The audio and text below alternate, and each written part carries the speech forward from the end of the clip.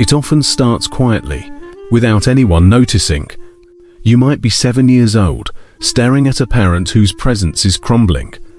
Perhaps it's addiction, perhaps rage, or maybe just the haunting stillness of someone too broken to engage. And without understanding why, your young mind adapts, deciding that if you don't hold the pieces together, no one else will. This is how a child disappears, not in body but in essence. They begin to smile more and cry less, sensing the emotional climate before they even speak. They become the emotional barometer of the household, maturing before their brain has even developed the tools to understand it. And the world responds with praise. You're so responsible. You're so grown up. You're so strong. But no one ever asks what the price is. This is the grief that hides in plain sight, the grief of growing up too fast. Today, we'll explore what actually happens to the mind of a child who had to become an adult too soon. Because the consequences don't end with childhood. They become embedded in your relationships, your career, your self-worth. And without awareness, you continue to repeat the patterns that once protected you but are now slowly eroding your well-being. In psychological terms, this process is called parentification.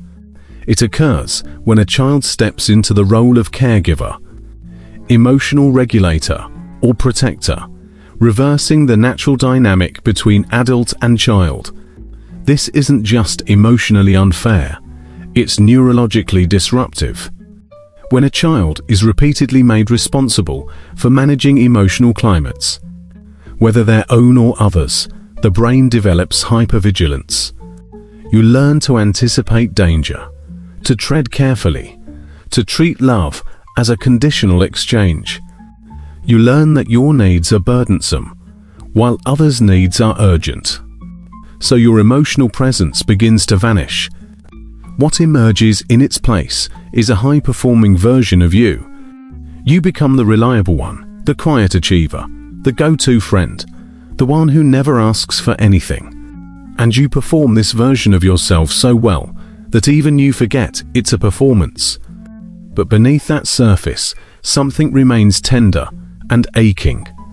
A child who was never protected is still silently asking why. As time passes, those early adaptations harden into adult patterns. You might push others away or refuse help, not out of pride, but out of learned necessity. You might feel numb in moments that are supposed to feel joyful, because joy feels unfamiliar or unsafe. You might constantly chase productivity, because doing is the only way you've ever felt enough. And the most dangerous part is that you may not even realize you're still operating from survival mode. When dysfunction becomes familiar early in life, chaos feels normal, and peace feels threatening. Love starts to feel like a debt you have to repay, and stillness feels like something is wrong. This is not just emotional pain, it's trauma. It doesn't just shape how you relate to others, it fundamentally shifts how you see yourself. And the deeper question is this: why would a child ever take on such a role? Because every child, without exception, will sacrifice authenticity for attachment. The decision isn't conscious, it's instinctual. When safety is missing, the body prioritizes connection over truth. It's not weakness, it's survival. But the cost of that survival is long-term disconnection from self. And what once kept you safe may now be the very thing holding you back. So many high-functioning adults are still being controlled by the unmet needs of their childhood selves. We overwork to earn love. We avoid vulnerability to avoid abandonment. We offer care to others and secretly hope someone will finally care for us.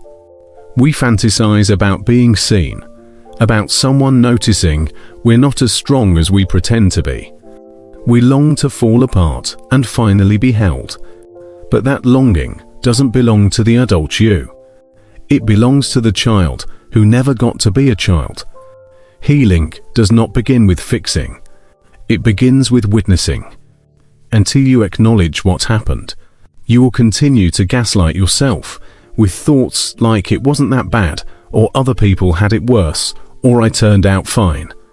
But saying you're fine is often just another mask. And deep down, you already know that. So what happens to that child when they grow older? They become adults who never feel at ease, even in calm and safe environments. They become partners who struggle to trust gentleness.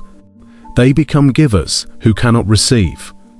They become the ones who apologize for crying, who flinch at kind words, who confuse burnout with accomplishment.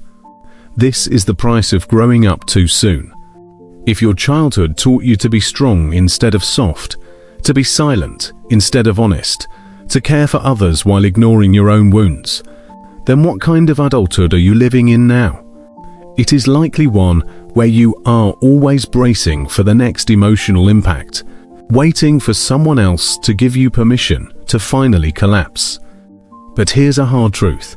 No one else is coming to rescue the child you left behind. That task belongs to you. You are the one who must go back and reach for their hand. You are the one who must say what no one ever said. You didn't deserve what happened. You were just a child. You can rest now. This is what shadow work truly looks like. Not self-improvement, not toxic positivity, not spiritual bypassing, but turning toward the hurt and abandoned parts of yourself and saying, I see you now, I hear you now, and I'm staying. This is the process of reparenting, and it's brutal, because it invites you to feel what you never had time to feel. It asks you to sit with emotions you were forced to suppress in order to survive. It asks you to grieve the birthdays no one celebrated, the holidays filled with tension, the moments you laughed through pain just to keep the peace. It asks you to mourn the innocence you lost while protecting people who should have protected you. But this grief is not a sign of failure. It is evidence of healing. What was once frozen is finally thawing. This is how your body tells the truth, even when your mind has tried to forget. The patterns you adopted were not personality traits. They were survival strategies. And here's the good news. What was learned can also be unlearned.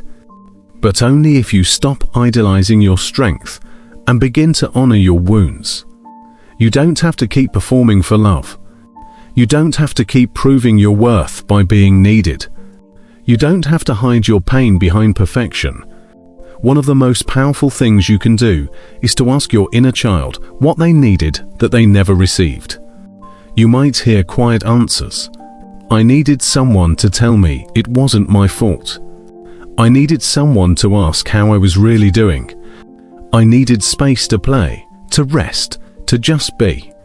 And slowly you begin to offer those things to yourself.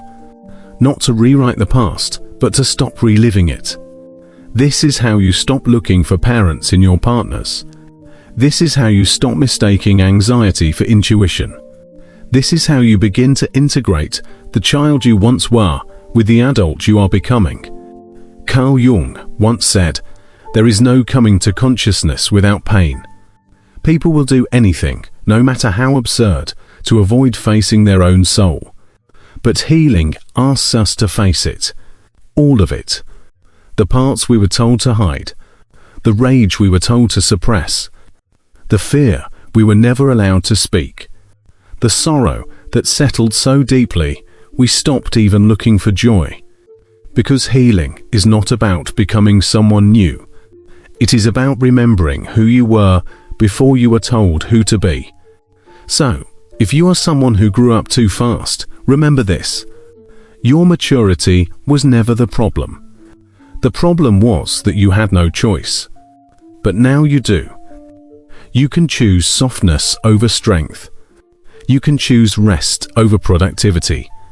You can choose to stop managing everyone else's needs and begin responding to your own. And no, it will not happen overnight. There will be days when your body trembles, days when your inner child panics, days when you want to go back to what feels familiar. Good, That means it's working. That means you are healing. Let that child come back home. Let them cry. Let them play. Let them finally feel safe.